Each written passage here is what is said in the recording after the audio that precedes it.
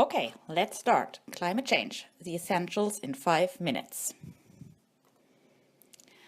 Our planet is facing dramatic changes. In the last decades, our lifestyle started to change the conditions for all life. We can already see examples of the impact of climate change around us. In recent years, the world has been affected by an unusual number of natural disasters caused by extreme weather. Storms, heavy rains, and heat waves have succeeded each other around the globe. Modern record-keeping of the Earth's surface temperature started in 1880. Since then, the planet's average surface temperature has risen about 1 degree Celsius. Most of the warming occurred in the past 35 years, with 15 of the 16 warmest years on record occurring since 2001.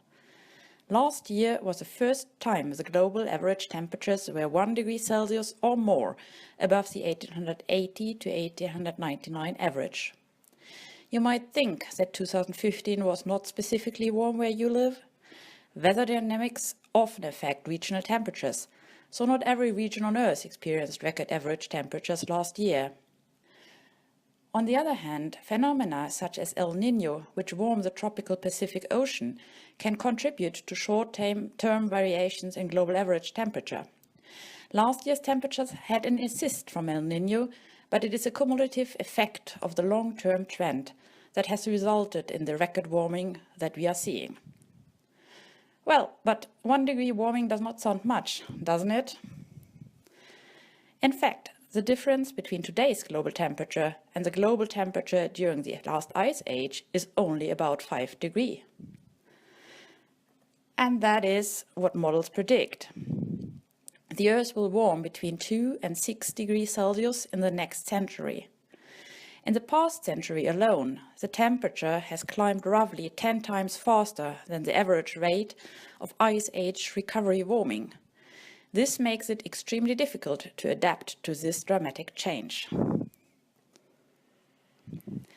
These changes are happening due to the so-called greenhouse effect, which occurs when the Earth's atmosphere entraps infrared radiation. This makes the planet become warmer, similar to the way it makes a greenhouse become warmer. The greenhouse effect is caused by greenhouse gases, especially water vapor, carbon dioxide, and methane. When there is more greenhouse gas in the air holds more heat. This is why more greenhouse gases cause global warming. The greenhouse effect is natural. Without it, the Earth's average temperature would be around minus 18 degrees Celsius. Earth would be locked in an ice age. But the problem is that recently the greenhouse effect has become stronger. This is because humans have been using large amounts of fossil fuels, which release carbon dioxide when they are burned.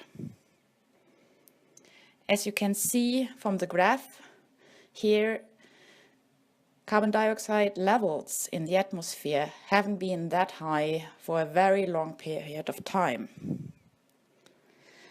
Why are we so sure that climate change is man-made? There are many reasons for this, but I find that this graph explains a good deal of it.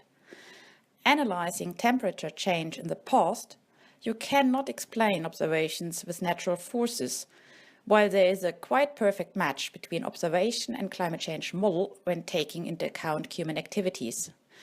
That makes it pretty likely that our models are also good to predict the future. Where do greenhouse gases come from? The most important factor is burning of fossil fuels. The world's energy demand has increased dramatically in the past and will probably do so also in the future. Coal, oil, and natural gas are still dominating.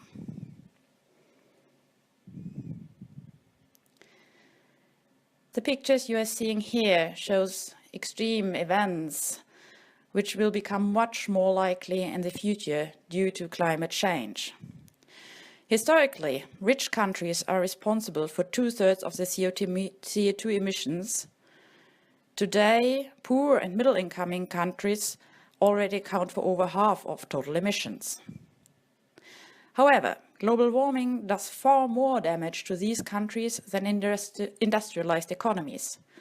80% of people exposed to river flooding worldwide come from just 15 countries, all of which are in developing areas. Fighting climate change is a global responsibility, but poor countries will need financial and technical assistance from rich countries to shift to a low-carbon economy. If you want to know more about solutions, visit us on our website.